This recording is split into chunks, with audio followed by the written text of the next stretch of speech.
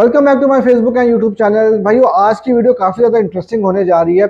क्योंकि आज की वीडियो में मैं डिस्कस करूंगा कि बार्सिलोना किस तरह से अगले सीज़न की टीम बनाने जा रही है। बार्सिलोना किन प्लेयर्स को टारगेट कर सकती है, किन पोजीशन के प्लेयर्स को टारगेट कर सकती है, कौन से प्लेयर्स बार्सिलोना छोड़ के जा सकते हैं और बार्सिलोना को 1:1 के ऊपर आने के लिए क्या कुछ करना होगा। तो ये सारी चीज़ें हम आज की वीडियो में डिस्कस करेंगे और इसके साथ साथ ये भी डिस्कस करेंगे कि जो अभी अगला मैच बार्सिलोना का पीएसजी के साथ होना है चैंपियंस लीग का, उसके लिए पेड्री, फ्रैंकी डियोंग और जो बाकी के प्लेयर्स हैं क्या वो अवेलेबल होंगे कि नहीं होंगे, ये सारी की सारी चीज़ें हम आज की वीडियो में कवर करने जा रहे हैं। तो वीडियो बहुत ही इंटरेस्टिंग होने वाली है, वीडियो को आखिर तक जरूर देखिएगा और मेरे चैनल को भी सब्सक्राइब कर लीजिएगा और मुझे फेसबुक पे और इंस्टाग्राम पे भी फॉलो कर लीजिएगा। तो पहले बात कर लेते हैं कि यार बार्सिलोना जो अगले सीजन की टीम बनाने जा रही है, जो अभी से प्लान कर रही है बार्सिलोना,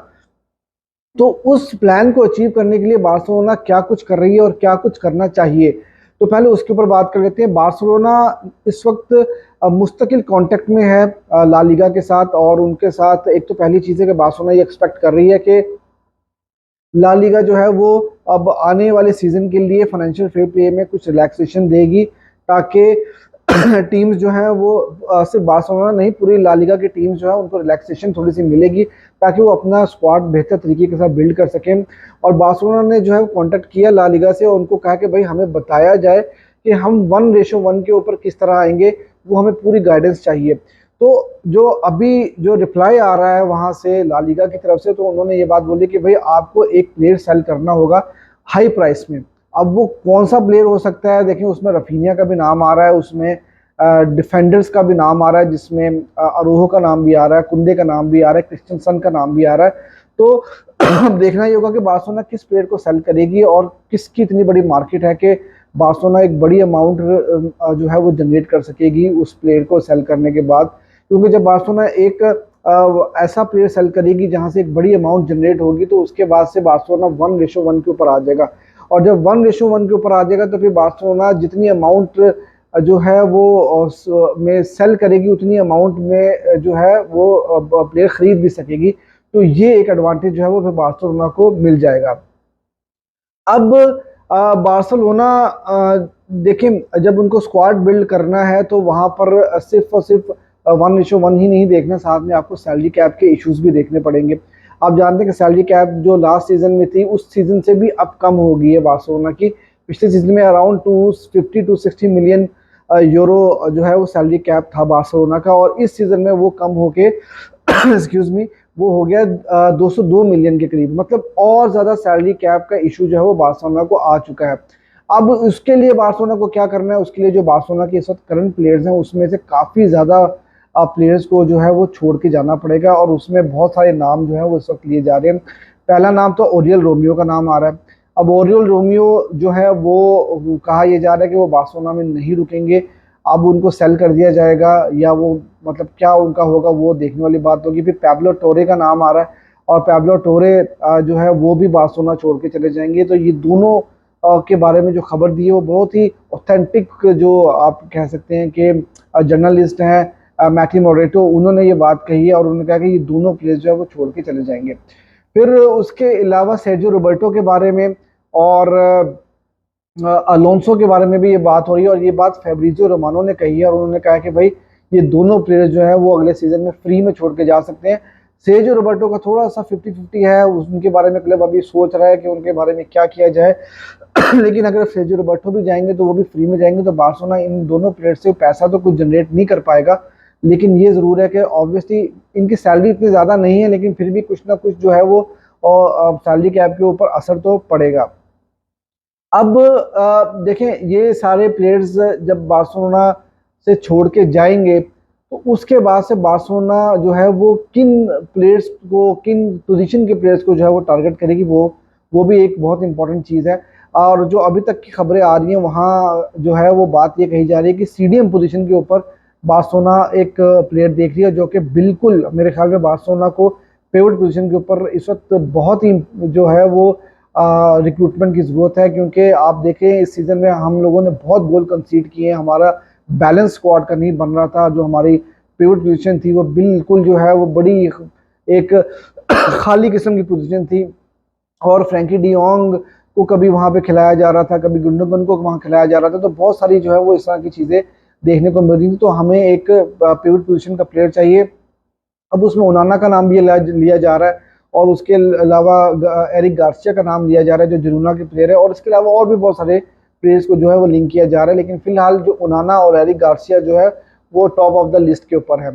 फिर उसके बाद ये भी कहा जा रहा है कि बार्सिलोना विंगर के लिए भी जाएगी। आप जानते हैं कि लेफ्ट विंग की पोजीशन जो है वो बार्सिलोना की खाली पड़ी है। अभी इस टाइम पे रफीनिया को खिलाया जा रहा है और पिछले सीजन में जो है वो आप जानते हैं कि आंसू फती को खिलाया जा रहा था, लेकिन आंसू फती के साथ बार्सिलोना ने अभी कुछ डिसाइड नहीं किया कि उनका क्या फ्यूचर होने लगा। लेकिन बार्सिलोना हो सकता है कि उनको एक और सीजन के लिए लोन पे भेज दे ब्राइटन के साथ। लेकिन बार्सिलोना में उनको वो अगले सीजन में खेलते हुए नजर नहीं आ रहे। तो बार्सिलोना एक विनर के लिए जाएगा, स्पेशली जब रियल मैड्रिड जो है वो बापे के लिए जा रही है और बड़ा ही जबरदस्त स्क्वाड जो है वो रियल मैड्रिड बना रही है अपना। तो वहां पर बार्सिलोना को भी अपने स्क्वाड को बैलेंस करना पड़ेगा। और इसके साथ साथ एक बैकअप गोलकीपर के लिए भी बार्सिलोना जा सकती है। आप जानते हैं कि टर स्टेगन जो है वो इस वक्त बार्सा के मेन कीपर हैं, और जब वो इंजर्ड हुए थे तो इनाकी पीनिया ने जो है वो रिस्पॉन्सिबिलिटी ली थी कीपिंग की। तो वहां पर कहा यह जा रहा है कि इनाकी पीनिया हो सकता है कि इस सीजन में छोड़ के चले जाएं आने वाले सीजन में, और फिर उनकी भी एक रिप्लेसमेंट के तौर पे एक बैकअप गोलकीपर भी लेके आया जा सकता है। तो ये 3 मेन पोजीशंस हैं जहां पर बार्सिलोना जो है वो साइनिंग करने के लिए जा रही है। अब इसके अलावा जो और बाकी खबरें आ रही हैं वो मिकाइल फाय, वो आप जानते हैं कि इस वक्त बड़ा ही हॉट टॉपिक बने हुए हैं, क्योंकि एक तो वो गोल ही स्कोर कर रहे हैं, उन्होंने अपनी नेशनल टीम की तरफ से भी बड़ा वंडरफुल गोल स्कोर किया था, और अभी एक एथलेटिक बार्सा की तरफ से भी उन्होंने 89 मिनट में गोल स्कोर किया, और बहुत ज़बरदस्त जो है वो पोजीशन के ऊपर वो इस वक्त हैं। और अगले सीजन में बार्सिलोना जो है उनको प्रमोट करना चाह रही है मेन टीम में, और इंगिनो मार्टिनेज को भी जो है इसी वजह से कहा जा रहा है कि हो सकता है कि अगले सीजन में वो बार्सिलोना में आपको नहीं दिखेंगे। लेकिन मिकाइल फाय के बारे में 2 क्लब इस वक्त बहुत ज़्यादा इंटरेस्टेड हैं। एक जिरोना ने कहा है कि भाई आप उन्हें सेल कर दें हमें, और एक जुवेंटस, ये दोनों क्लब जो है वो उनको साइन करना चाह रही है। लेकिन आई एम श्योर कि बार्सिलोना जो है वो उनको नहीं जाने देगा, क्योंकि बार्सिलोना ने उनको 5 मिलियन में साइन किया था, और 1-1.5 सीजन में बार्सिलोना ने उनको काफ़ी मैच्योर किया है, काफ़ी उनको बनाया है, और अब मुझे लगता है कि वो फाइनल प्रोडक्ट के तौर पे जो है वो बन के सामने आ गए हैं। तो अब ये चीज़ें जो हैं मुझे नहीं लगता कि वो इतनी आसान होंगी कि वो बार्सिलोना उनको इतनी आसानी के साथ जो है वो जाने देगा। फिर उसके बाद अब बात कर लेते हैं कि जो अगला गेम बार्सिलोना का होने वाला है वहाँ पे कौन से प्लेयर्स फिट होंगे और क्या टीम खेलेंगे। जो जो न्यूज़ आ रही है कौन सी टीम जो है वो खेलने के लिए उतर सकती है। तो देखिए, पहली चीज़ तो ये कि फ्रैंकी डियोंग के बारे में काफ़ी हद तक ये श्योरिटी है कि वो गेम को स्टार्ट करेंगे। अगर वो नहीं स्टार्ट करते तो सर्जियो रोबर्टो को स्टार्ट कराया जाएगा, लेकिन काफ़ी हद तक डॉक्टर इस चीज़ में कॉन्फिडेंट हैं कि बार्सिलोना जो है वो अगले मैच में फ्रैंकी डियोंग को स्टार्ट करा सकती है। और फिर उसके बाद पैड्री की जहाँ तक बात आती है तो पैड्री के बारे में जो खबरें आ रही हैं वो ये आ रही है कि पैड्री जो है वो इस बार्सिलोना ज़्यादा रश नहीं करेगा उनके ऊपर, और बार्सिलोना जो है वो कोई रिस्क नहीं लेना चाहता पैड्री के बारे में। और अब जो मैच होगा पीएसजी के साथ चैंपियंस लीग का, जो कि अब तकरीबन 10 दिन के बाद गेम है बार्सा की पीएसजी के साथ, तो वहाँ पर जो मिडफील्ड जो इस टाइम पर फेवरेट है उतरने के लिए वो गुंडोगन, फ्रैंकी डी योंग और उसके बाद क्रिस्टियनसन, ये 3 प्लेयर्स जो हैं वो आपके स्टार्ट कर सकते हैं। अब देखते हैं कि अगर फ्रैंकी जो है वो अवेलेबल नहीं हुए तो फिर हो सकता है सर्जियो रोबर्टो को स्टार्ट कराया जाए, या फिर हो सकता है कि फर्मीन लूपस को स्टार्ट कराया जाए। लेकिन फिलहाल की जो न्यूज़ है वो ये न्यूज़ आ रही है। फिर उसके अलावा जो फिलिक्स और जो कैंसिलो की भी मैं आपको अपडेट देता चला जाऊँ कि दोनों प्लेयर्स के बारे में बार्सिलोना जो है वो काफ़ी पॉजिटिव थिंकिंग रखती है, और बार्सिलोना कैंसिलो के बारे में तो 100% श्योर है कि उनको अगले सीजन में बार्सिलोना जो है वो साइन कर लेगी, और बार्सिलोना फिलिक्स की परफॉर्मेंस से भी काफ़ी सेटिस्फाइड है और बार्सिलोना उनको भी अगले सीजन में रखना चाहेगी। लेकिन